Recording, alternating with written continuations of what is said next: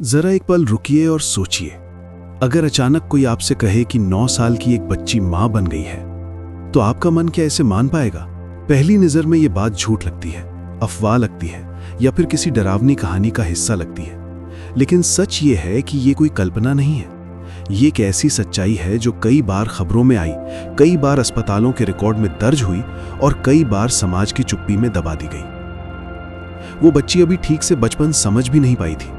उसके हाथों में खिलौने होने चाहिए थे, स्कूल की कॉपी होनी चाहिए थी और माँ की गोद उसकी सबसे सुरक्षित जगह होनी चाहिए थी। उसे ये भी नहीं पता था कि माँ होना क्या होता है, जिंदगी क्या होती है और दर्द किसे कहते हैं। लेकिन अचानक उसके शरीर में ऐसे बदलाव होने लगे जिन्हें वो समझ नहीं पा रही थी। शुरुआत में किसी ने ज्यादा ध्यान नहीं दिया, कभी पेट दर्द, कभी थकान, कभी उलझन।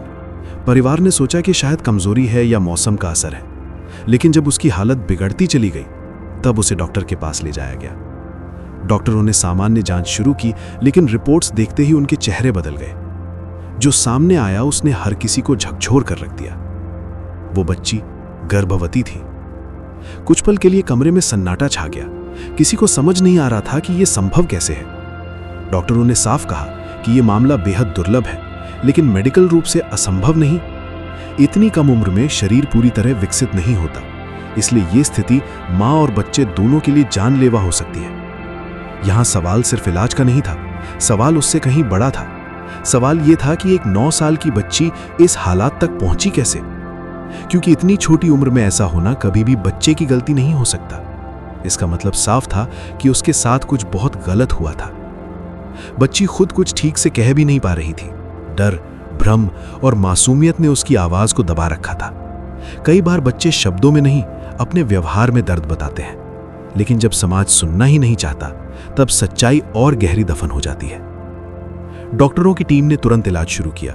हर फैसला बहुत सोच समझ कर लिया गया, क्योंकि यहां एक नहीं 2 जिंदगियां दांव पर थीं। बच्ची का शरीर इतना कमजोर था कि हर पल खतरा बना हुआ था। मेडिकल स्टाफ दिन रात कोशिश करता रहा कि किसी तरह उसकी जान बचाई जा सके।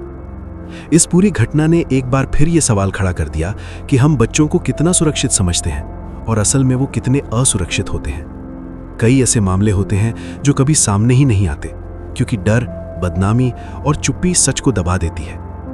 ये कहानी किसी को डराने के लिए नहीं है, ये कहानी हमें जगाने के लिए है, ताकि हम बच्चों की बातों को हल्के में ना लें, उनके बदले हुए व्यवहार को समझें और अगर कभी भी कुछ गलत लग रहा हो तो चुप ना रहें, क्योंकि बच्चा कभी झूठ नहीं बोलता, लेकिन हमारी चुप्पी अपराध को ताकत देती है। अगर हम आज नहीं जागे तो कल कोई और बचपन खामोशी में कुचल दिया जाएगा।